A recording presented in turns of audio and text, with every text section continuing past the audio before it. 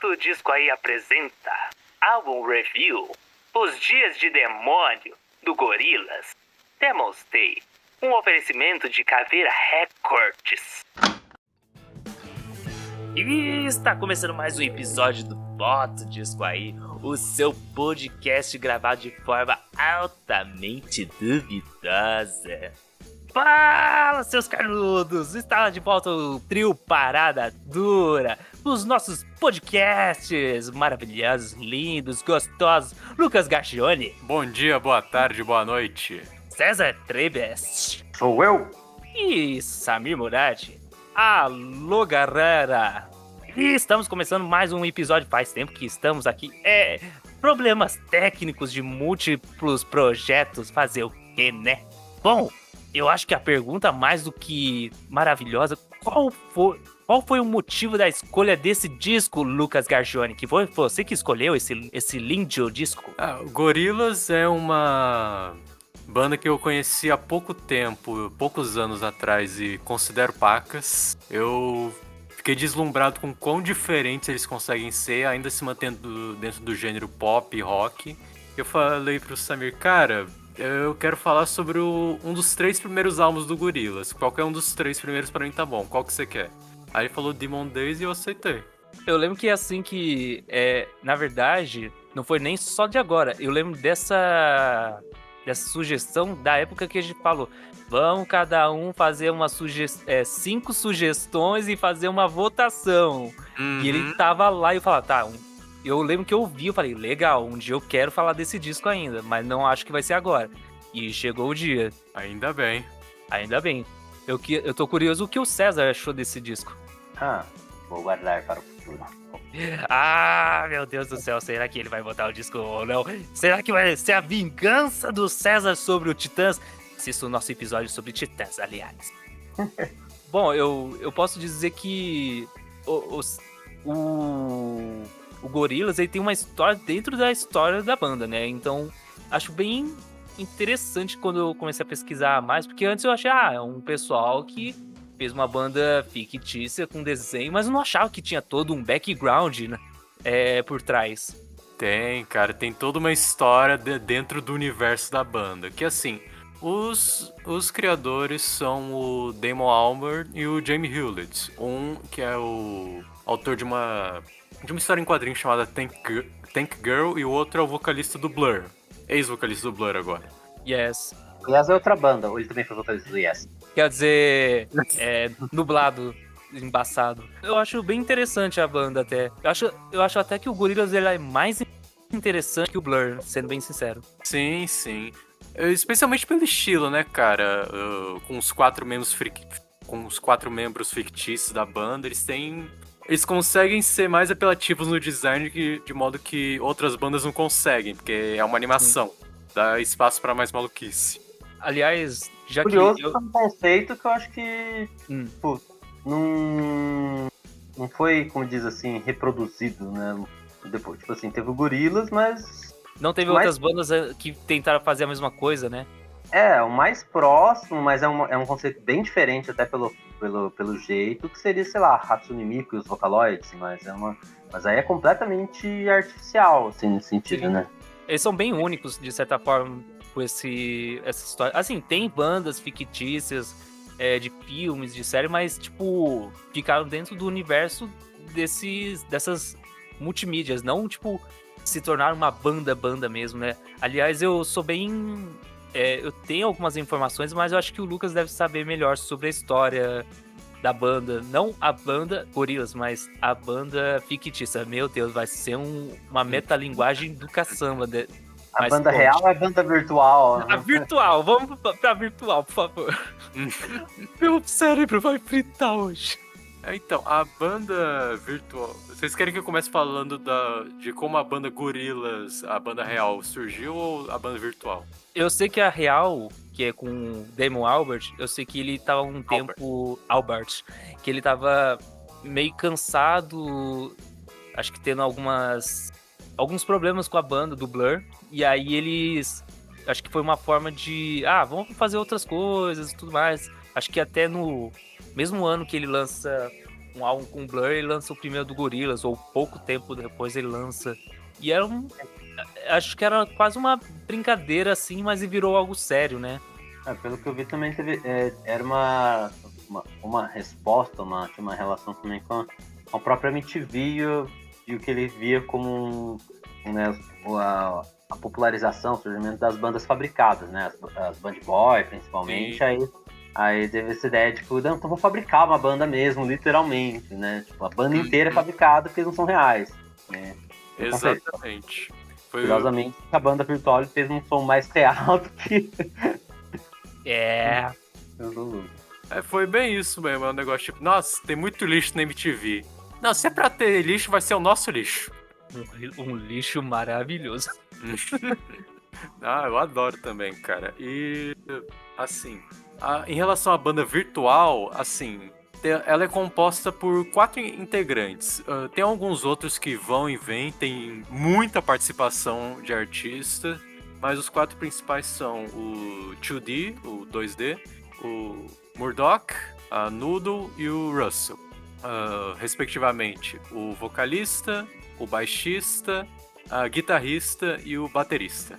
Eu lembro que a história, assim, pelo pouco que eu lembro, o 2D, ele esbarra com o Murdoch, que o Murdoch ele que é o meio que inicia a banda, e ele atinge ele com um Stuart Pod, que é tipo um carro, e atinge o tio dele na cabeça, por isso que ele tem até esses olhos pretos, que ele acaba tendo uma paralisia cerebral. Mas, nossa, tem muita história. E eu não sei o quanto que a gente tem. O quanto a gente vai poder falar sobre. Eu li que o Murdoch é o satanista do grupo. Ele é o sociopata do grupo. Sim, o Murdoch é um sociopata, o 2D é um ferrado, a Noodle é uma agente secreta japonesa. Que perdeu a memória, né? Mas durante a história desse álbum recuperou. Sim. E o Russell é assombrado por fantasmas. A Noodle, ela... até saiu recentemente a série do Scott Pilgrim, né? Takes Off. Ela lembra muito a baterista do... esqueci o nome da banda que eles enfrentam lá, ó. Que é uma banda que eles falam assim, eles arranjaram aí uma japonesa hiperativa de 10 anos. Não era uma... a toca bateria não era a menina que toca baixo? Eu achava que, pra mim, a referência era a menina que toca baixo. Não, toca bateria, é uma baterista, assim. Fala assim, a menina hiperativa, tem nem graça, a menina. Tem certeza? Eu tô achando excelente. Que... Mas eu lembro que tinha isso, que quando eu tava vendo essa série do Scott Pilgrim, eu falei, caramba, a baixista lembra muito a menina do Gorillaz. Não, essa é a Kim Pine. Mas que tem a Kim Pine, que é a menina de 17 anos, que ela vira baixista, né, no Takes Off. Mas você tá falando da animação ou você tá falando do filme? Agora eu fiquei confuso. Não, é que assim, tem o quadrinho, tem a animação, é que assim, os personagens são os mesmos, né? Sim. É que assim, só na animação que a Kim Pine vira baixista. Ah, sim, porque eu tô falando da animação, porque eu vi e falei, gente, tá muito na cara. É que não aparece na animação muito, é que nos quadrinhos, no filme eu não lembro se fica, mas nos quadrinhos tem a banda que eles, tipo assim, que apresenta antes do Sex Bomb, que é uma banda conceitual, bizarríssima lá, e tipo, tem essa fala, tipo, a baterista deles é uma japonesa de 10 anos, hiperativa, assim, ela me lembra muito, o design dela é muito parecido com a da Noodle. Sim. Eu tenho considerando o ano a época que o Scott Pilgrim foi escrito, eu não duvido que seja intencional. Enfim, voltamos ao Gorillaz. Agora virou o podcast do Scott Pilgrim.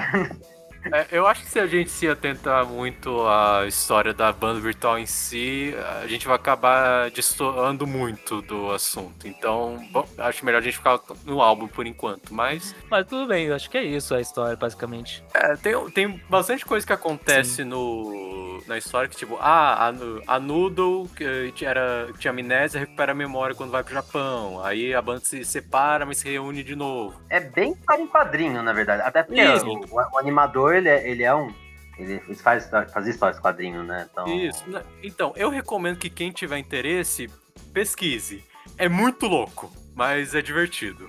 Mas o álbum em si, nossa, é de 2005, tem quase 20 anos já. Já tem idade para beber. Sim. Era tipo 10 anos atrás. É isso que eu ia falar, que Eu tava esperando assim, vamos pra 2005, mas tudo bem, a gente faz uma prévia. Você falou assim que eles separam, né? Aí eu tava até vendo aqui na minha pesquisinha que houve boatos que eles iam produzir um filme, mas o Murdoch brigou com a produção e não deu certo. Aí nesse meio tempo, de muito mistério, a atmosfera sombria que faz se refletir no disco, que é muito diferente do primeiro, rondar o Kong Studio, que é o nome do estúdio que é da ficção deles, né? O Kong Studio, que nessa época, se eu não me engano, tava cheio de zumbi. Sim, que é até. Acho que aparece num outro clipe, acho que é muito mais pra frente. Não, mentira. Que ilustra no clipe de Client. Clint Eastwood, que nem um ator. Só acho um absurdo que o Gorillaz não foi responsável pela trilha sonora de Tarzan. Mas ok. Mas assim, Demon Days é o segundo álbum da banda, lançado em 2005 e até hoje é o álbum mais vendido da banda, com mais de 8 milhões de cópias. Não acho. Como que é a palavra? Eu ia dizer. Não estou surpreso, porque ele realmente é um ótimo álbum. Eu não ouvi o primeiro, eu ouvi esse e o Plastic Days. E eu confesso que eu acho ele mais atraente. Bom, pelo menos na minha fase atual ele é mais atraente. Sim, é um álbum muito bom, mas não é o meu favorito pessoal. É que eu tenho fase também, né? Eu tava falando com o César. E o que eu mais odeio, porque foi o único que eu ouvi até hoje. Que é o quê? Oi? É o único que eu ouvi do Gorillaz, então é meu favorito e o que eu mais odeio. É a vingança do Titã. Mas você tinha falado do álbum, né, lançado. Eu tinha visto que ele tinha sido co-produzido pelo DJ Danger Mouse. Porque antes era um outro cara, mas aí o Damon ele faz uma reformulação pra esse disco, né? Então, tem uma história curiosa sobre essa produção em parceria com o Danger Mouse, que é assim... O rato perigoso. Pois é, então, ele em si já produziu álbuns com Red Hot Chili Peppers, U2, só que na época, pré-Demon Days, ele era conhecido por ter mixado o White Album dos Beatles com o Black Album do Jay-Z. E eu estou bem curioso, eu vi isso e eu não ouvi até agora. Pois é, cara, eu também fiquei curioso, mas assim... O famoso Grey Album. É o Grey Album. Basicamente. O negócio o cara fez isso, pelo que eu entendi, ele não fez exatamente com a aprovação de todo mundo. Yoko Ono ficou putinha. Mas o pessoal do Gorillaz ouviu, gostou do trabalho dele e chamou pra produzir um disco junto. Justo, né? O que é engraçado porque, na época, a gravadora dos Gorillaz era a mesma que tinha os direitos das músicas dos Beatles. Palmas. Então, eles não podem me processar se eu estou trabalhando pra eles, vou aceitar. Quero ver agora dizer que tá ruim. Agora planos completos. Agora as peças assim, pau e chão. Agora tudo faz sentido. Além disso, eu tava vendo aqui que acho que tem uma pessoa agora diferente pra fazer as animações. E agora foi feita pela empresa de design Zombie Flash Eaters, pelo Jamie... Nossa, esse nome difícil desse povo, cara. Não podia chamar, sei lá, Jamie Silva? Jamie Hewlett. Que é inglês, né, cara? Hewlett. Eu não sei como que pronuncia. Não, você acertou isso mesmo. Inglês 200 horas. Enfim, continue aí. Beleza. O álbum em si, ele foi indicado a 6 categorias de Grammy, mas venceu só o melhor colaboração pop, com a música Feel Good Inc. Assim, você falou da animação, o Jamie Hewlett, o artista, ele já aproveitou esse álbum pra dar uma atualizada no visual da banda. Você vai ver que já tem uma mudança. É nítido, acho que fica meio... é levemente 3D, mas não é 3D, porque o outro ele é muito chapado. Os desenhos, ele é muito não só chapado assim de como que eu falo, não é formato, tipo, ele não tem profundidade, mas também as cores são muito é uma cor só, ele não tem sombras nem nada, então Sim. ele tem uma... Eu prefiro, depois tem mais pra frente as mudanças de visual, mas eu acho que essa é a que eu mais gosto, particularmente. Também gosto muito desse estilo. Lembra os próprios desenhos em Flash do início dos anos 2000, tipo Jovens Titãs. Sim. Entre esse e o Plastic Beach são os que eu mais gosto, assim, de formato do Gorillaz. Os outros já ficam meio... não. Você vai falar assim, apenas acho uma pena que eles não fazem uma animação, não sei se tem, né, no caso que eu não olhei tudo, se tem uma animação em que todos os membros são 3D, menos o 2D. Ah, Seria genial. eu acho que não tem, mas seria engraçado. Vamos dar uma mensagem pro... Todo mundo olhando pra ele. Por que você tá assim? É que eu sou diferente. Mãe, eu sou diferente. O César vai pegar a piada. Aliás, você tava falando de... Mesmo que ele não tenha ganhado os prêmios, mas, cara, em 22 países eles foram top 10. E eles alcançaram o número 1 na Inglaterra, no All Charts, e número 5 na Billboard 200 dos Estados Unidos. Cara, não, esse disco fez números mesmo, cara. 6 vezes platina no Reino Unido. Platina dupla nos Estados Unidos. Que é isso, gente? Se isso não fez sucesso, eu não sei o que é. Exatamente. Não, e o interessante é que o Damon Albarn, o ex-vocalista do Blur, ele falou em algumas entrevistas sobre como foi o processo de produção do disco, de escrever as músicas e tudo. Ele falou que queria que o disco fosse um álbum conceitual desde o começo, tipo, com cada música representando um medo ou um demônio pessoal. Ele tava trevoso nessa época. Ele teve algumas experiências que parece que afetaram ele um pouco, tipo, ele fala que um pouco antes dessa época ele usou muitas drogas que, entre aspas, o ajudaram muito criativamente, mas ele entendia como elas estavam destruindo basicamente o corpo dele. Ele não especifica, né? Não especifica. Porque eu não sabia desse lance das drogas, então eu fiquei curioso o que seria, tipo, pra ficar tão dark desse jeito. Acabou sendo uma jornada muito pessoal pra ele. Tanto isso quanto uma viagem de trem que ele fez pela China. E ele viu uma área muito grande, cheia de árvores mortas. Tipo, você ficava 10, 20, 30 minutos passando pela área e era só árvore morta pra todo lado, cara. Caramba. Não acabava nunca. Tipo, chegou uma hora que ele dormiu e quando acordou já tava em outro lugar. Sim. E aí, eu acho... Pode continuar. Aí ele ficou pensando, ele disse que essa visão afetou ele, fazendo ele pensar como que se o mundo poderia ficar todo assim. Isso e alguns temas e ideias vieram da tentativa fracassada de filme dos gorilas. Você falou assim do Damon, mas aí quando a gente vai pra parte... Porque assim, tem um multiverso, né? Então, porque ele fala isso, mas... O baterista, o Russell, ele fala assim a frase, que é uma explicação para possíveis conflitos internos entre seus membros.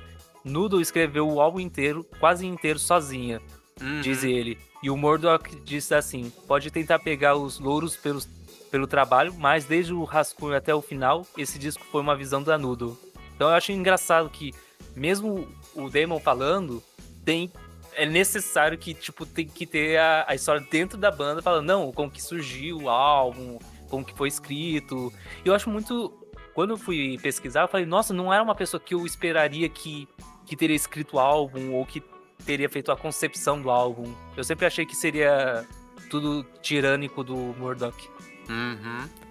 No início era mesmo, mas com o passar da história eles conseguiram dar mais profundidade pros personagens, especialmente pra Noodle, nesse álbum específico, que Sim. Quando a banda se separa num determinado momento, é ela que vai atrás de todo mundo. É ela que escreve o álbum e, assim, tem um arco no futuro que a Noodle some, basicamente, ao invés de simplesmente pegar outro guitarrista, o Murdoch faz um robô da Noodle. Sim, eu vi essa parte. E aí eu acho que... Eu não sei se isso aparece mais no... não, isso aparece no Plastic Beach, mas... Isso. Que até diz que tem uma mudança de som por causa disso. Enfim. O robô é mais eletrônico. Yes. Pois é. Mas tem muita... Agora que eu entendi. Mas tem muitos aspectos assim, a música é muito legal de ouvir, tem toda essa história por trás, dentro do universo da banda virtual. Mas acho que o que eu mais gosto na banda em si é que muitas das músicas dela acabam virando outra coisa no meio e aí volta pra proposta inicial da música. Então, a cada música que você ouve parece que você tá ouvindo duas músicas diferentes, cara. Eu não conheço nenhuma outra banda que faz isso. Espero que o Damon tenha ouvido Mutantes, porque pra mim é quase a mesma lógica. Aliás, aquele cara que tinha feito as animações, o Hellets, ele falou assim, ficou animado com a perspectiva de um segundo álbum do Gorillaz, dizendo: vamos repetir o mesmo processo, mas faça melhor, porque todos pensaram que era um truque. Se você fizer isso de novo, não é mais um truque, e se funcionar, então nós comprovamos um ponto. Instantaneamente todos nós nos entusiasmamos. Eu fico feliz que a banda continue e tá até hoje produzindo álbum, cara. Sim. Eu não conheço os outros, eu conheço músicas soltas dos outros trabalhos, mas quem sabe futuramente não ouvir mais. Mas eu achava inicialmente, inclusive, né, era engraçado, porque tinha uma... Eu lembro na época que o Gorillaz estourou mais, que eu acho que foi na época do quando saiu esse álbum mesmo, lá pra 2005 e tal. Eu lembro que eu achava, por exemplo, que assim, era... Cada um dos membros virtuais tinha uma pessoa em si por trás, eu não sabia que era... Também achava. Tanto que tinha uma... Não sei por que tinha uma história, eu não sei de onde que tirava, que a Noodle, por exemplo, era tipo... Era realmente uma japonesinha que ficava trancada, tipo uma Hikikomori. Como é que é o nome mesmo? Hikikomori. Hikikomori. Não saía, então ela só se comunicava via computador, mas ela tipo, era excelente musicista, e por isso que eles faziam uma banda digital, não sei o quê. Mas acho que era uma viagem, um rumor que eu vi na época. Aliás, um detalhe que eu tinha esquecido de mencionar é que na abertura dos Grammys, os Gorillaz chegaram a tocar junto com a Madonna. Eu lembro disso. E ficou assim, eu fui ver o vídeo e ligeiramente ficou bem estranho. Porque fica meio desproporcional. Aí a ideia era legal, mas eu acho que na época não foi bem executada. Sei lá, particularmente. Entendi. Eu tava vendo aqui uma parte que eu achei interessante sobre a parte da gravação, tudo mais, sobre os convidados. Falando sobre uma música aqui. É De La Soul, né? Que é a música, né? Ou não, é os rappers. É De La Soul o nome do rap. Eu tô tentando pegar aqui qual é a música, porque eles que é Feel Good Inc. Ah, tá bom. Então eu vou deixar essa informação pra depois, porque eu achei que era sobre o álbum, mas não. Mas tudo bem. Você ficou sabendo de alguma coisa que eles tentaram fazer Ai, meu Deus, é um negócio da divulgação, alguma coisa assim de marketing, eles tentaram fazer você tá falando da campanha Reject False Icons? Não, eu vi um pouco disso sim, que nessa época especialmente até acho que até basicamente o lançamento de Plastic Beach, os Gorillaz tinham um site que era muito ativo, tipo, você podia fazer um tour pelo Kong Studios, tinha muito segredo pra você achar, tinha muito quebra-cabeça que você podia os bons velhos sites interativos dos anos 2000. Isso, bom. Muita coisa você podia ver pra, tipo, ter dicas sobre como ia ser o próximo álbum, esse tipo de coisa. Eu lembro que tinha um site do Mob Top que você tinha uma música inteira e você podia controlar se podia só ouvir o baixo, só a bateria, ou só a guitarra e baixo. Era maravilhoso. Aí, uma das campanhas de marketing pra esse álbum foi a Reject False Icons. Você podia ir no site, imprimir um adesivo, que é em inglês, rejeite ícones falsos, e a ideia era você, tipo, tem um artista que vai fazer um show aqui na minha cidade, bota adesivo em cima do cartaz. Que, como desde o início o Gorillaz é uma banda de contracultura, a ideia é, não fica idolatrando essas pessoas, não. Elas são tão falhas e tão humanas quanto eu e você. Justo, né? Não é um ícone a ser adorado. Né? Porque, como diz assim, os ícones do Gorillaz são ícones falsos. Eles não existem. É muito difícil você achar alguém que que você olha e diga, não, esse é uma pessoa boa na banda. Sim. Nem mesmo o Paul McCartney salva dessa. Mas isso fica para um próximo episódio. Eu ia dizer assim, sobre crítica, né? Eu vi aqui uma da AllMusic, que geralmente é que nem a Rolling Stone, fica metendo pau no pessoal, mas enfim, que é do Steph Thomas Erlewine. Ele tinha dito assim, unificado e proposital de certa forma o álbum.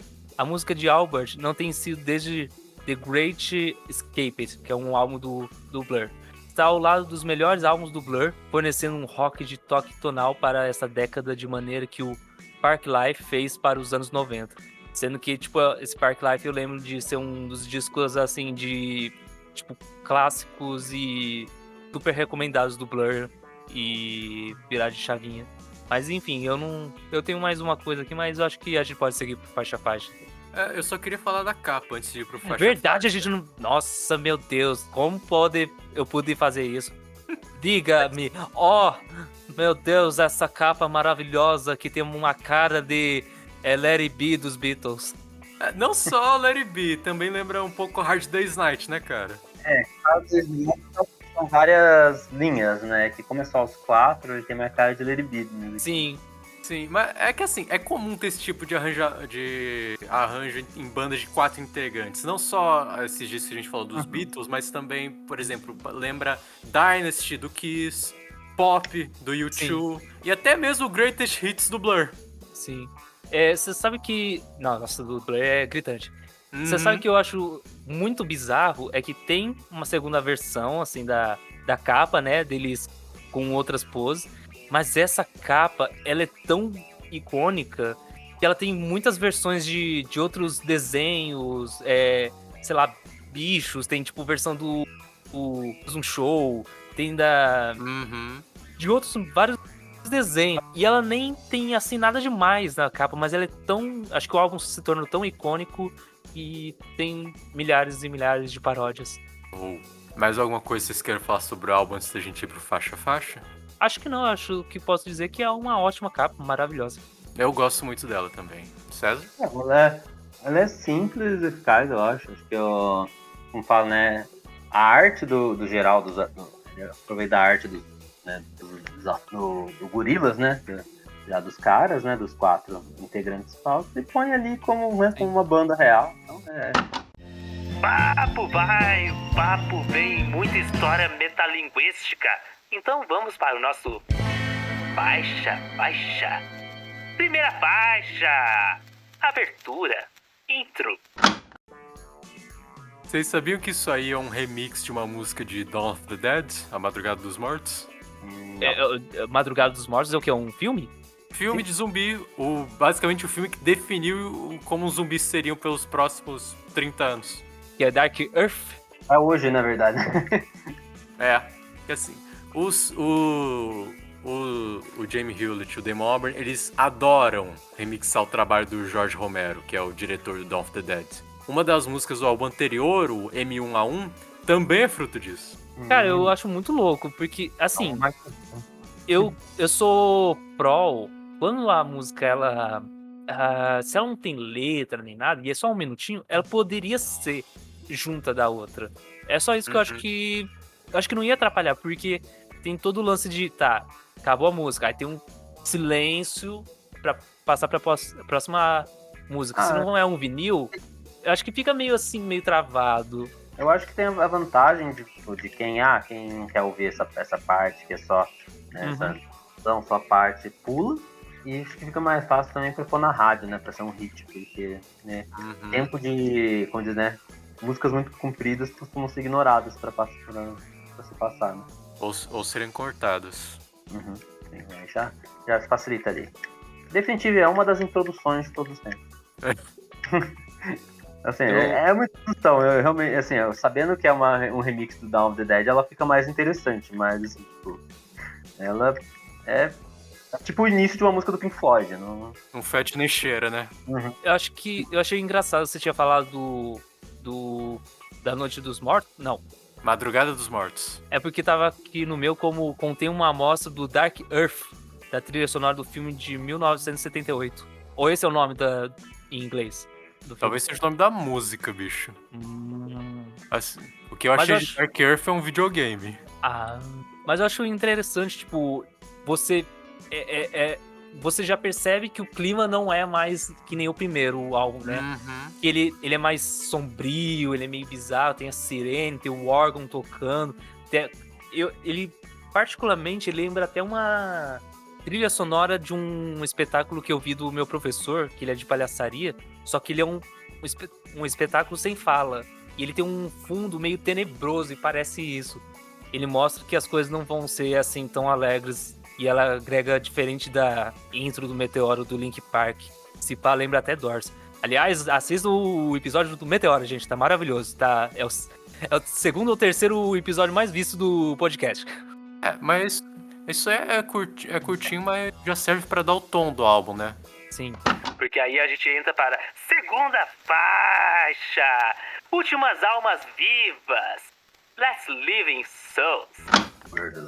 Living Souls. Maravilhosa! Aí que começava a animar a minha academia. Que eu ouvia isso na academia. Por quê? Como a academia tem 1 hora e esse álbum tem quase 1 hora, fala, bom, eu posso me concentrar ouvindo aqui. E eu achei esse álbum muito bom, assim, pra ouvir lá, porque ele tem umas coisas muito dançante, ele tem umas coisas reta. Essa música que, por exemplo, ela tem a bateria e o baixo muito, muito gostoso, muito bochechudo. Bochechudo é ótimo. Gorduroso. É a primeira de muitas músicas do álbum com melodias mais calmas ou alto astral, mas a letra é bizarra, cara. Sim. Eu não sei colocar como alto astral. A impressão que me dá é uma coisa. Na verdade, que é uma impressão que eu tive do álbum inteiro, assim. Uma coisa um pouco relaxante, sabe? Assim, tipo... É que tem algumas que são mais e outras não tanto, né? Sim, mas assim, não é aquela coisa animada, mas ela é gostosa. Alto astral quer dizer mais um sentido. É positivo. É uma experiência mais positiva do que negativa. Ai, meu Deus. Eu tava vendo aqui da letra, ela canta músicas sobre o crescente isolamento social entre as pessoas. E eu fiquei pensando assim, se eu tivesse visto e ouvido essa letra na pandemia, eu teria ficado assim, então, gente, o mundo dá voltas, né? Não, é que assim, né, não sei se isso é proposital, né, agora que você falou que a introdução tem um remix do Madrugada dos Mortos, lembra um pouco esse clima, né, segue uma temática zumbi, né, que normalmente tá aí os sobreviventes ali, o resto são todos mortos-vivos, né. Pode crer. Caramba. Blow my mind. Eu gosto dessa música também, que já mostra que o Gorillaz em si costuma ser complexo musicalmente. Ainda que se baseie muito em pop, rock, a banda costuma empregar uns instrumentos e umas combinações diferentes. Essa mesmo tem uma parte com orquestra, cara. Sim, acho meio bizarro. Por isso que eu falei sobre... Será que o Damon ouviu Mutantes? Porque tem uns momentos muito de quebra aleatória. Porque ela, assim, ela começa numa batidinha em looping, que eu adoro esse... Tem momentos que eu gosto de uma batidinha que ela fica só naquela batidinha, fica... E aí ele vai pros vocais falados e de repente ele vai pra um lado... não sei se isso não é de forma ofensiva, é porque pra mim tem pegada, é chiclete, tem uma pegada meio Coldplay. E aí vem um violão, um piano, a orquestração, sei lá, pra mim, vários contrastes muito loucos da música. Sim. É isso que faz, pelo menos eu, querer saber mais, tipo, deixa eu ver umas análises sobre essa música, o que os especialistas têm a dizer sobre isso, e você descobre que é bem complexo musicalmente. Terceira faixa, os guris com as armas, Kiss with Guns. O quarto single do álbum, junto com El Manana. Manhana. Tem um tio em cima do primeiro N. É que eres espanhol, ai. Não, essa música em específica, ela foi inspirada por um incidente que teve na escola da filha do Damon Albarn, que uma das crianças levou uma faca pra mostrar pros colegas. Assim, ninguém se feriu nem nada, mas chocou um pouco o pessoal. Depois as pessoas querem que legalize arma, né, gente? Isso, mas enfim, né? Isso se você pensar que isso chocou, né? Ele é, como diz em inglês, não americano, né? Porque as armas que as crianças levam nos Estados Unidos normalmente são de fogo, né? Assim, uma coisa que eu preciso falar também em relação a a consumir música do Gorillaz. Assim, você pode ouvir no Spotify, ou seja lá onde você ouve música. O áudio em si é uma coisa, vai ser uma experiência, especialmente o Gorillaz vai ser uma experiência bem bacana. Mas você vê o clipe das músicas, é outra experiência, cara. Sim! Acrescenta muito. Infelizmente, com Kiss with Guns, muitas coisas que tem os clipes no YouTube são de imagens que ficavam de fundo pros shows da banda. Sim. Até porque a capa do single, que esse foi uma das músicas que foi vendido como singles, eu acho bem mais interessante do que o que mostra no clipe, que é um revólver carregado com crianças ao invés de balas. Infelizmente. Mas eu gosto dessa música, não é minha favorita do álbum, mas é muito boa de ouvir. O baixo é excelente, cara. Bom, se eu falei que o baixo do outro ele é buchichudo, esse aí é mais gritante ainda. Não, nunca é entediante ouvir uma música dos Gorillaz, cara. Os vencedores da competição do Search for the Star, que você falou, colaboraram com o Gorillaz de várias maneiras no single. O single alcançou o número 27 na UK Singles Chart. Ah, sim, isso foi outra campanha de marketing que eles fizeram. Quarta faixa, O Mundo Verde, Ringworld. A gente tava falando do Dawn of the Dead, esse eu até marquei nas minhas notas aqui. Parece a intro de um filme de ficção científica com zumbis. Ah, é? Eu achei que pareceu. Cara, ele me lembra... Pelo menos está na sua visão de filme apocalíptico com zumbis. Eu não sei, parece um negócio meio familiar. Não sei, pode ser de alguma outra banda meio experimental, assim. Esse Ah, mas, cara, eu não sei. Sabe quando parece que você passa... É uma coisa muito familiar na tua cabeça, mas você não consegue lembrar? É muito legal o teclado dele, que ele... Com essas batidas.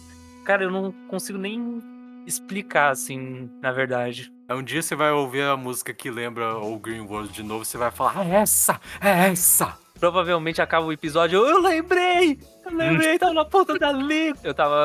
Eu coloquei aqui nas minhas anotações, ela tá escrito assim, ela não é tão pop quanto a anterior, mas curto como ela é dançante, e somos acompanhados pela voz distorcida do Damon, e tava tentando pensar no que me lembra, talvez, mas só talvez Strokes. O baixo e a bateria são bem marcados, dando esse lado de marcha, e os violinos não ajudam a tirar o tom meio psicose em plena distopia. Fala sobre poluição essa letra, né? Sim, é verdade. E é um tema meio recorrente no álbum, né? Sim. Considerando a inspiração, principalmente, que foi para composição, acho que essa questão apocalíptica mesmo, de fim e tal, vem desde almas à natureza. Sim, é verdade. Pessoa que é ouvir de fundo e tentar falar, não, eu vou lembrar o que é, e ela poderia só seguir aqui as anotações. Eu coloquei aqui que também lembra coisas do Current, do Tame Impala, mas enfim. Quinta faixa, o Harry Safadinho, Dirty Harry. Outra referência ao ator e diretor Clint Eastwood. Achei que você ia falar mais uma referência a Harry Potter. Harry Potter não, Harry Potter já era um sucesso, sabe? É que sabe, de onde você tirou Harry Potter, cara? Agora eu tô curioso. Porque é Harry. Mas enfim, continua. Então, isso aí, especialmente se você considerar pelo clipe, que eu adoro. Sim, é maravilhoso. Ele também faz referência à invasão dos Estados Unidos ao Iraque, tanto na letra quanto no clipe em si. Eu falei antes da combinação inusitada de elementos nas músicas do Gorillaz. Uma coisa que eu nunca teria esperado de uma música, de uma banda relativamente pop, é o coro de crianças. Mano, mas esses coros são maravilhosos, cara. Não, cara, incrível. Eu consigo combinar o coro, orquestra, rock, rap. É impressionante, cara. Tudo casa. Cara, a minha impressão dessa faixa, não sei se é a referência, mas também porque, como você falou, que ele falou sobre o lado do deserto, que se passa lá no clipe. Mas eu não consigo não ouvir a música e não pensar em Another Brick the Wall do Pink Floyd. Sim, sim. O coro de criança é muita referência, né, nesse sentido, né? Mas não parece derivativa, na verdade. Não, porque a música é bem diferente das duas. Sim, verdade. mas eu gosto do tecladinho. Mas, Gruda na cabeça, cara, muito. uma coisa que ficou, conforme foi ouvindo, né, nessa música ficando mais clara, é essa capacidade do riffzinho, né? Desse riffzinho curto que fica repetindo, mas que cola, né? Essa coisa meio pop dele. Uhum. Gostoso. Aliás, ele é o terceiro single do álbum e ele alcançou o número 6 no UK Single Charts. Tô tentando ver se tinha mais alguma coisa que eu ia falar. Ah, tá. Eu coloquei aqui. Com certeza tá no meu top 5 favoritas do álbum. Funkeada, bateria groovada, dão contrastes às vozes agudinhas, mas bem afinadas dos guris. E fico impressionado com as várias camadas. Chega a ser até engraçado como as bandas dos anos 2000 inseriam do nada um momento rap no álbum. E você vai analisar a letra, tem mais camadas ainda, cara. É engraçado que eu não lembro de outras bandas inserindo rap assim do nada. Mas eu acho que o Gorillaz, ele faz de uma forma que sai natural.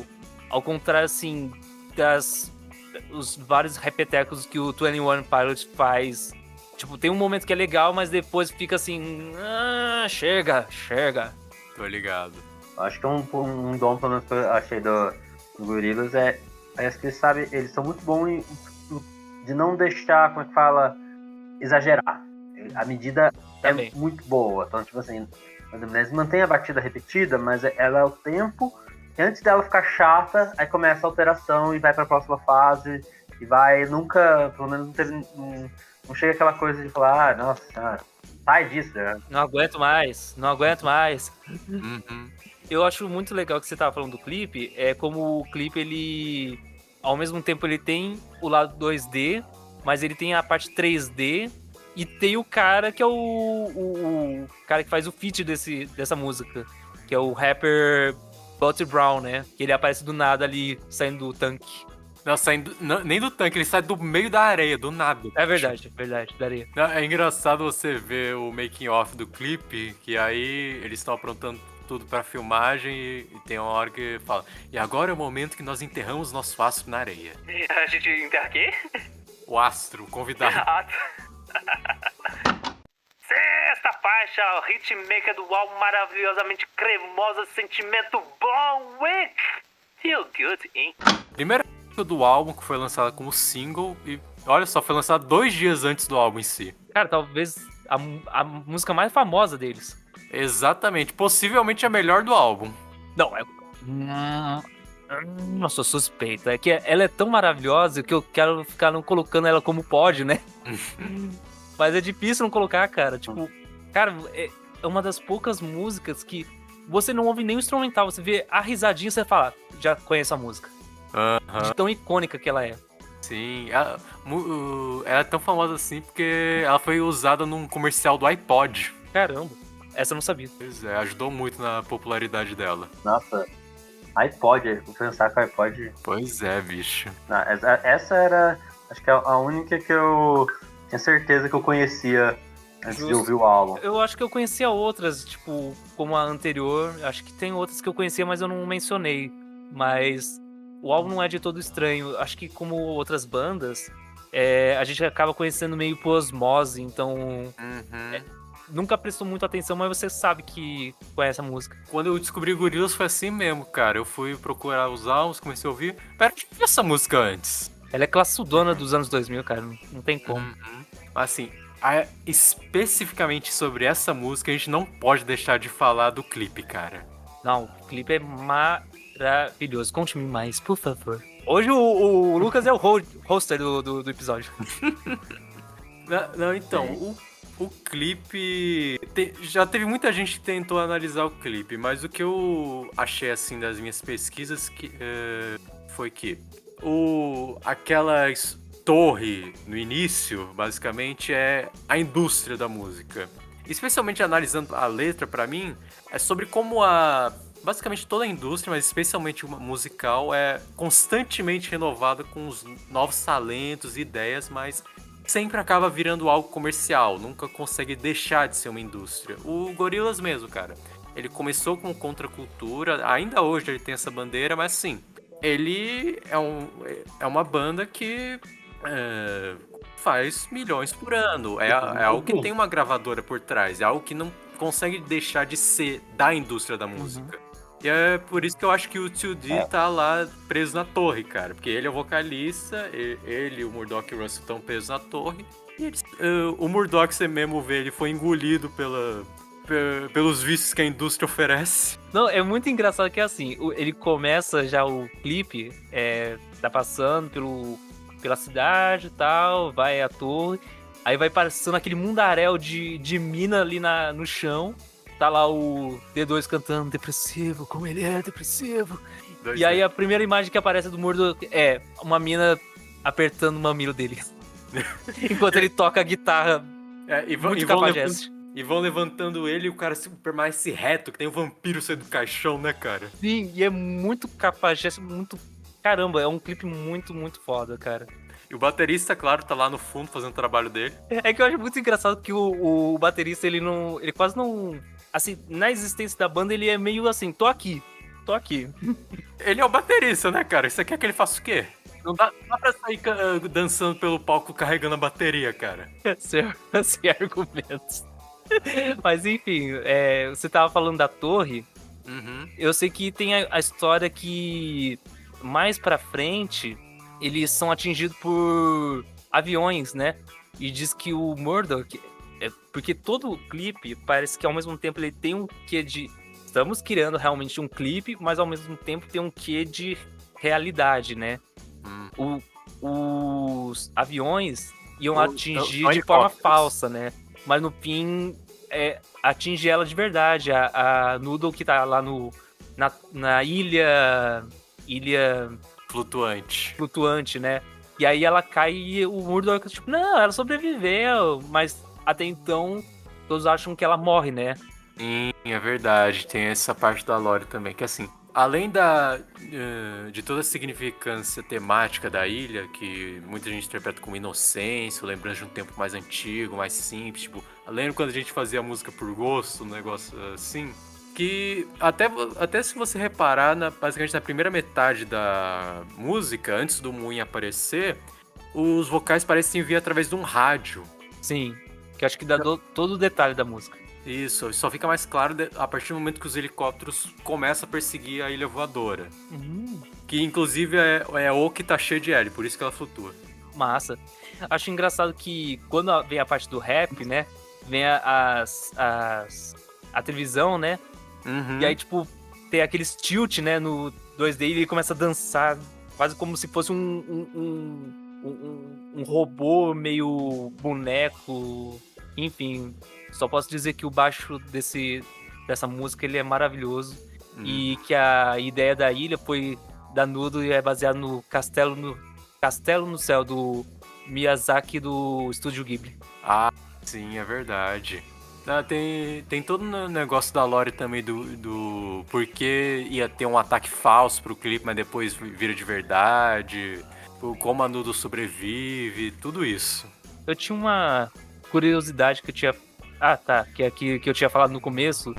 Isso não é do Don't Get Lost in Heaven, não? Será? Talvez eu estou confundindo alguma coisa, mas não sei. É que essa é uma anotação que eu tinha feito pro Don't Get Lost in Heaven. Então faz o seguinte, eu não falei nada e você fala isso depois. Tá bom. Ok. Então tô cortando e voltando. Eu acho que ela, não sei mais o que acrescentar, se chegar fora no tom a fundo, só que essa música, ela é muito boa, não tem como fazer. Esse shabadaba, shabadaka. É quase um negócio ritualístico pro demônio. Exatamente. É muito gostosinho. É o seu favorito do álbum? É que nem falar do Bohemian Rhapsody. Tipo, é difícil você falar, pô, eu vou falar essa porque ela é a mais favorita, ela é a melhor. Tipo, é muito difícil. Eu já vou falar então. Não é a minha favorita. A minha tá um pouco mais pra frente. Mas é muito, muito boa. 7ª faixa. O amanhã é o banana. Talvez vocês discordem de mim, mas eu tive essa impressão de que parece uma música pra ouvir de manhã, ao acordar. Tipo, tem até um sonzinho de alarme de fundo. Só que ela tem uma vibe meio miserável, tipo... Ela é melancólica, né? É tipo acordar segunda de manhã com dor de cabeça. Acordar na segunda de ressaca. Uhum. Eu tinha anotado o clipe retrata o que aconteceu depois do clipe do Feel Good que a gente tava falando. Sim. Que a ilha paradisíaca de Nudo é atacada pelos helicópteros, como eu falei. E era pra ser helicópteros falsos, mas na verdade são verdadeiros mesmo, porque eu acho que são os que estão atrás dela. Uhum. E por fim, tudo acaba em chamas no chão, que até eu falei que a ideia era do mordo e tudo mais. E ela ficaria desaparecida até o clipe do On Melancholic Hills, que tá no Plastic Beach. E o vídeo também conta com a direção do Jamie Hewlett e do Paige Candyland. Esse clipe, quando lançou, foi bem interessante para os fãs e tudo, que eles pensaram, não, cara, Nudo morreu mesmo? E agora? O que vai acontecer? Tipo, criou muito dessa expectativa. Sim. É até um dos pontos que eu acho que Plastic Beach foi tão importante pra história, assim. Ele é uma viradinha de revelações, né? Exatamente. E é engraçado que ele é um pop sombrio, né? Uhum, verdade. Ele tem um violão, mas ele é meio melancólico. Agora eu vou falar, talvez... Acho que eu não sei se o César gosta de Radiohead ou tem algum conhecimento sobre... Muito pouco, pra falar a verdade. Pra mim, eu tava ouvindo durante a pesquisa e na minha cabeça parecia muito Radiohead.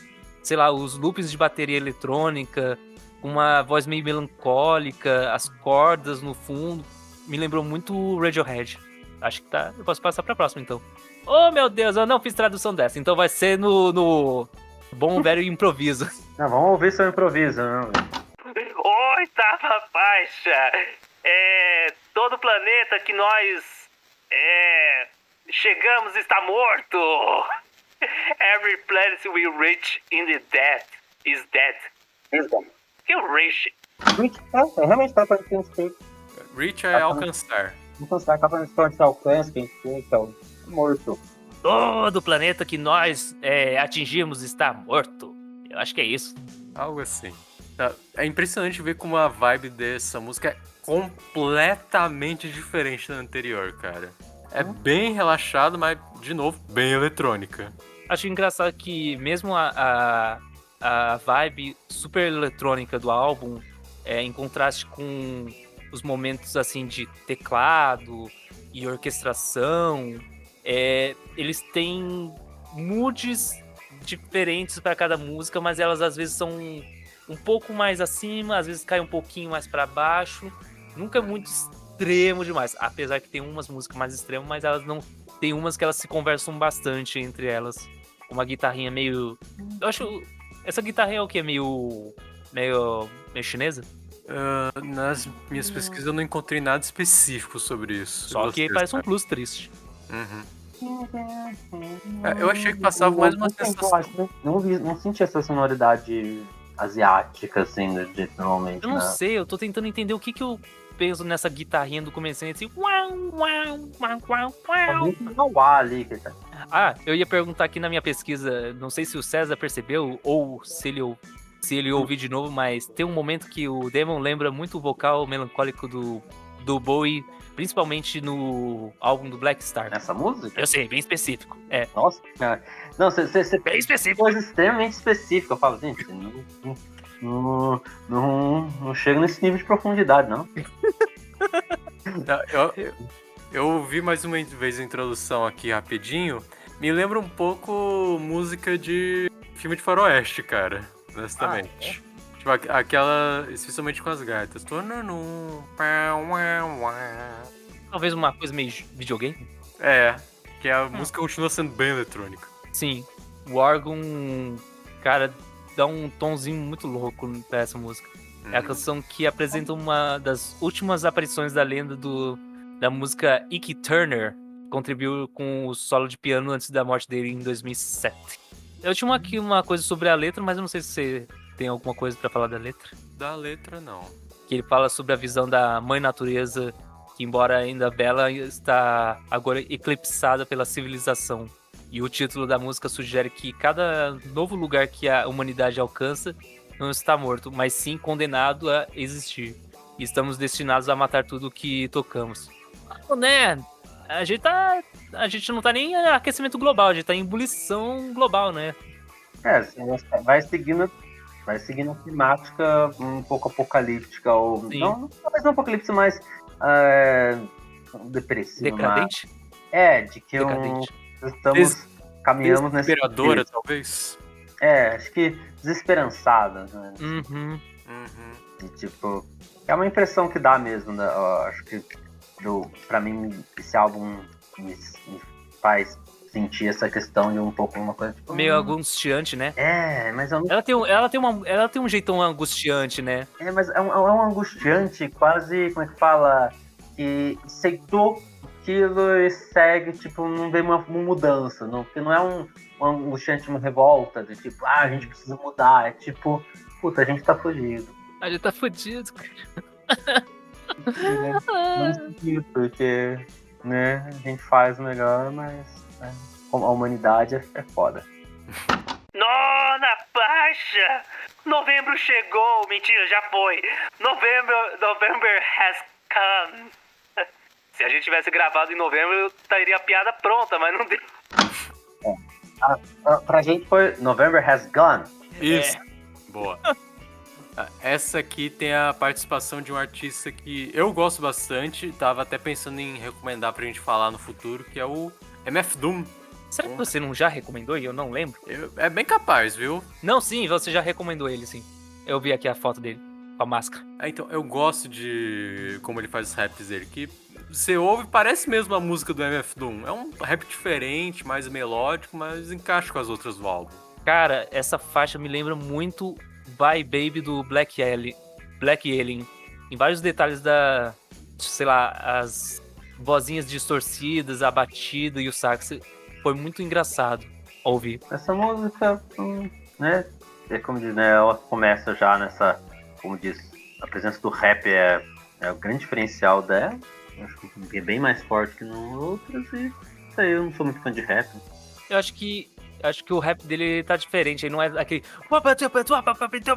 Tipo, ele é mais... melódico. Cadenciado, ele é mais melódico, eu acho que por isso que me lembra o Black Alien.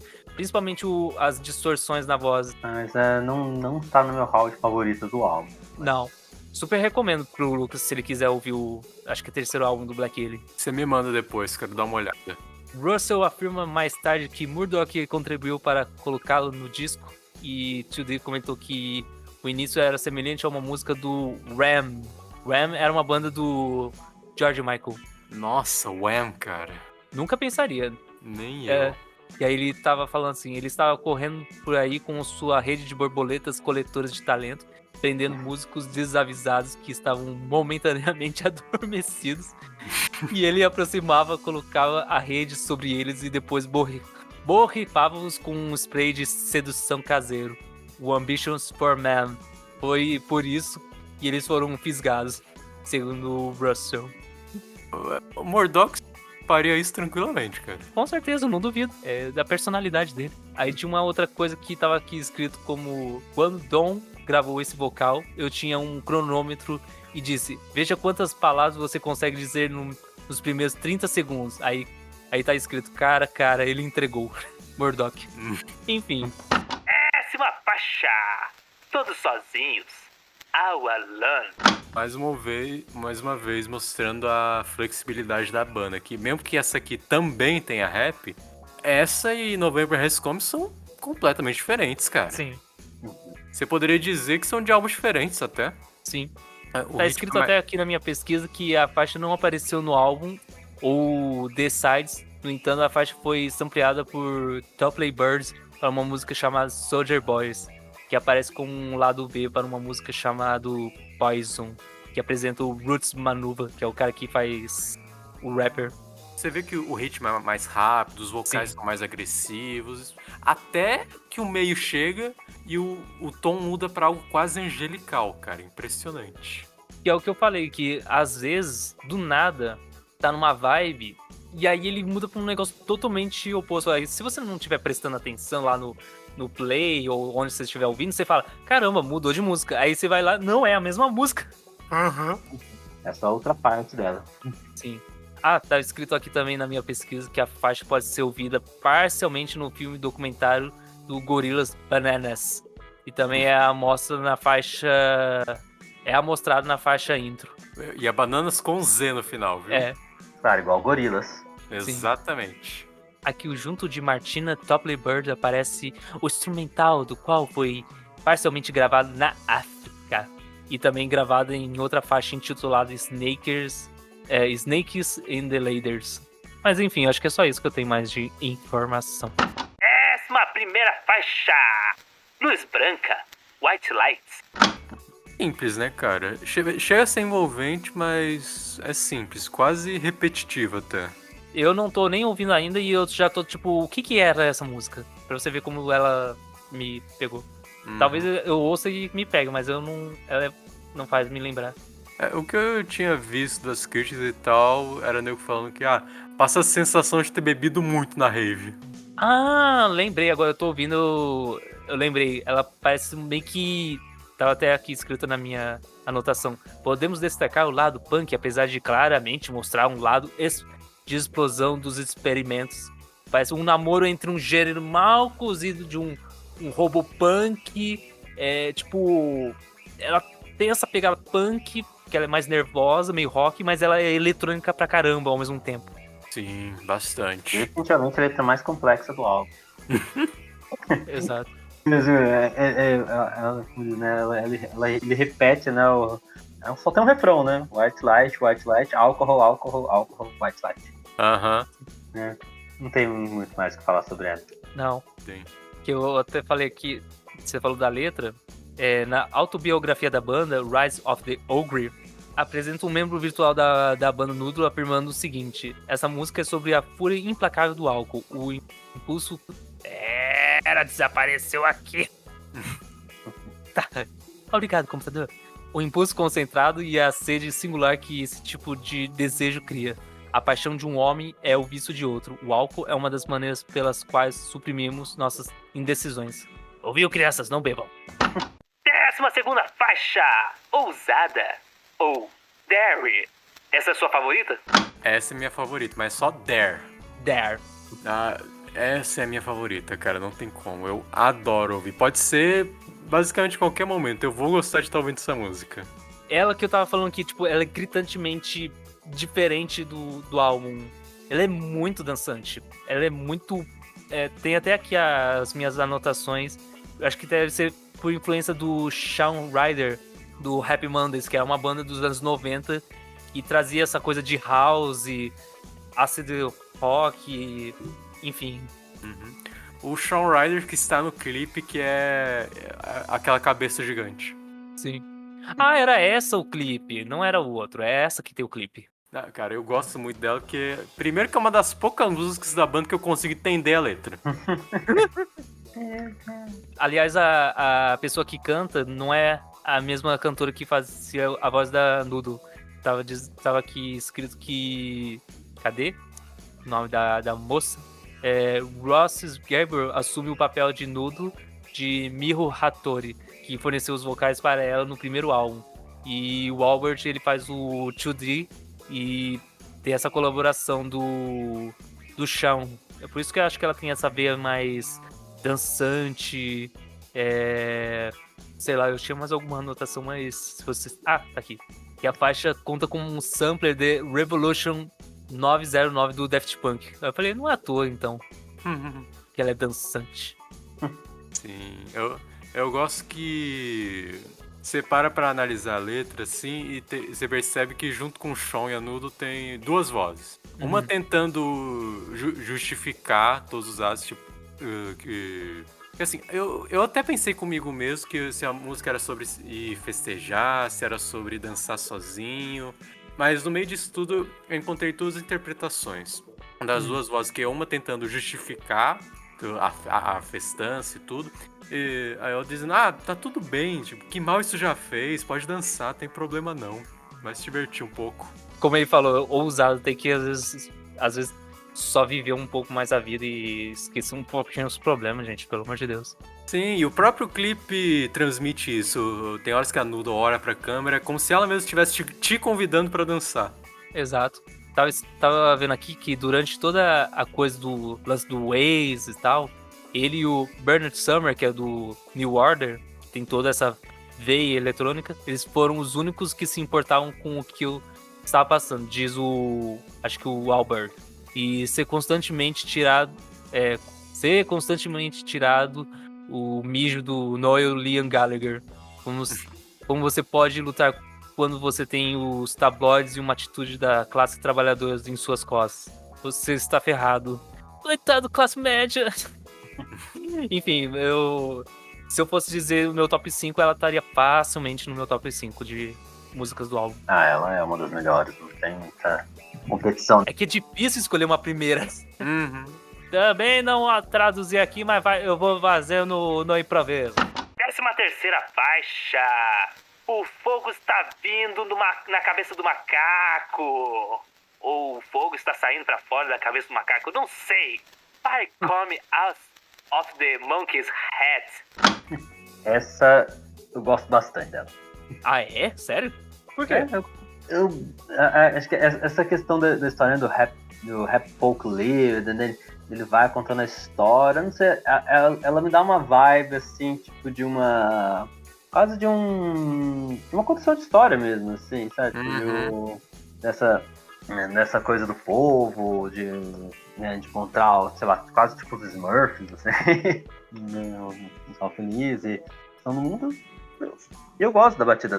Eu fiz uma anotação que você falou assim da narração, que não é uma narração, é um rap, mas ele é meio declamado, né? Então ele me lembrou muito uma coisa que os Doors faziam, onde o Jim Morrison ele começava a declamar e a banda só ia acompanhando. Mas ao mesmo tempo ela tem aquele R&B moderno dos anos 2000, com um quê de jazz no fundo, meio Amy Winehouse, do álbum do Back to Black. Tipo, ele é uma mistureba muito louca, mas assim, só ouvindo ela agora eu lembro disso, né? Mas se eu for lembrar do álbum, eu não lembro dela, infelizmente. Eu tô com o César nessa. Melhor. Acho que por conta dessa essa parte, essa coisa do rap folk, por algum motivo... Rap folk. Rap folk, né? Que é o povo desse rap folk. Eu fiquei imaginando os bandolins. O Lucas tinha visto um negócio sobre o ator e diretor Dennis Hopper? Eu procurei um pouco da filmografia dele aqui, mas não tem muita coisa que ficou famosa no Brasil. Que ele basicamente fez filme até 2010, quando ele infelizmente faleceu. Mas assim, toda a narração dele complementa muito bem com a melodia, cara. Eu tô com o César nessa. Eu gosto dessa música. Nos últimos dias eu tava até eu me peguei pensando sobre ela algumas vezes. Engraçado. Eu tinha visto aqui uma parte da pesquisa que tem muitos temas líricos centrados na destruição que os humanos estão causando em todo mundo, né? E aí o Albert fala assim: isso veio de uma ideia muito ingênua, que é o que vai acontecer quando eles tirarem todo o petróleo da Terra? Não vai haver esses vastos buracos. Certamente esses buracos não devem estar vazios. Certamente há uma razão pela qual eles tinham tudo isso.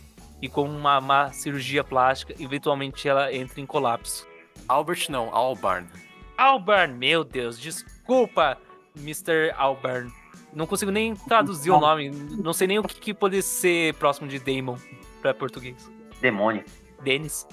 Mas isso não ajuda também, né, cara?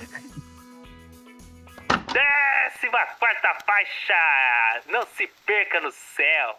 Don't get lost in the heaven.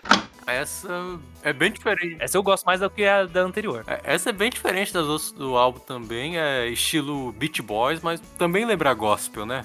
Uhum. Uma curiosidade sobre a produção dessa música é assim, o Albarn, ele viu que nas apresentações ao vivo dos Beach Boys... Essa que é a informação que eu tinha falado errado. Desculpa, gente, vocês não vão saber dessa informação errada que eu falei antes, agora a gente tá corrigindo. Vai, continue. O que é uma coisa sobre os Beach Boys, que eu lembro das harmonias de voz que você falou. Isso. Você começa a ver essa música, a primeira coisa que você lembra é Beach Boys. Ah, é? Vou até reouvir. Nossa, eu comecei. Eu pus aqui e falei, puta, é os Beach Boys ali. Lembra muito. Não, é interessante é que durante a produção do álbum, o Auburn viu que nas apresentações ao vivo dos Beach Boys, enquanto 3 integrantes da banda sorriam, um deles não sorria. Então, pra fazer os vocais dessa, ele tentou cantar 3 quartos feliz e 1 quarto triste. E deu exatamente o tom que ele tava procurando. Que o que não tava sorrindo é o Brian Wilson, que é o cara que se perdeu no meio dos LSD da vida e não ajudou muito porque ele tinha esquizofrenia, então meio que desencadeou muito a cabeça dele.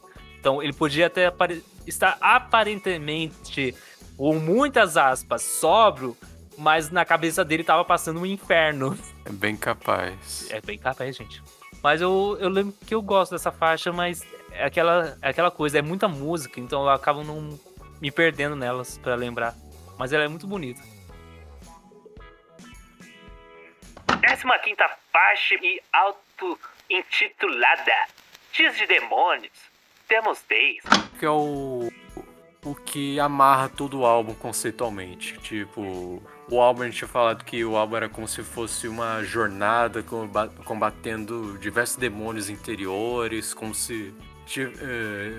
combatendo diversos demônios interiores até que chega no final, chega na luz. O que isso... Você vê na música também, começa cheio de estática, como se tivesse alguém cantando de muito, muito longe.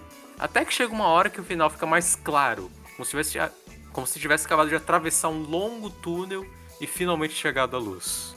Eu pessoalmente achei um final um pouco estranho pro álbum, mas pelo menos passa uma mensagem positiva. Lembra até o final de Evangelho nesse aspecto. Mas eu acho ela muito boa. Acho que ela fica muito semelhante à anterior. E ela poderia, se quisesse, ela poderia ser grudada na outra. Ela podia ser a mesma música. Uhum. É um clímax, né? Musical. Sim. Não sei, porque o começo dela, assim, seria uma quebra muito grande que a do outro, e eu acho que o começo ele é importante pra dar essa sensação, acho que Faz sentido. vai limpando, né?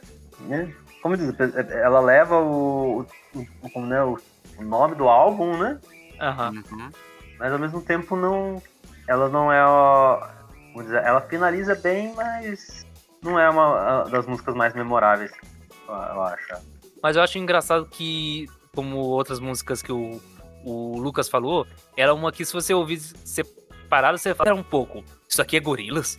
Uhum. Tipo, que eu acho que é um pouco que tem, eu não sei se você vai concordar comigo, Lucas, mas de certa forma ela te direciona, que nem os Titãs faziam em uma certa época, para o que vai ser o Plastic Beach, na minha opinião. Porque quando você começa a ouvir as primeiras músicas do Plastic Beach, você fica assim, antes era muito mais canção, você ouvia mais o Damon cantando e tá meio estranho aqui. Eu senti essa veia, sei lá.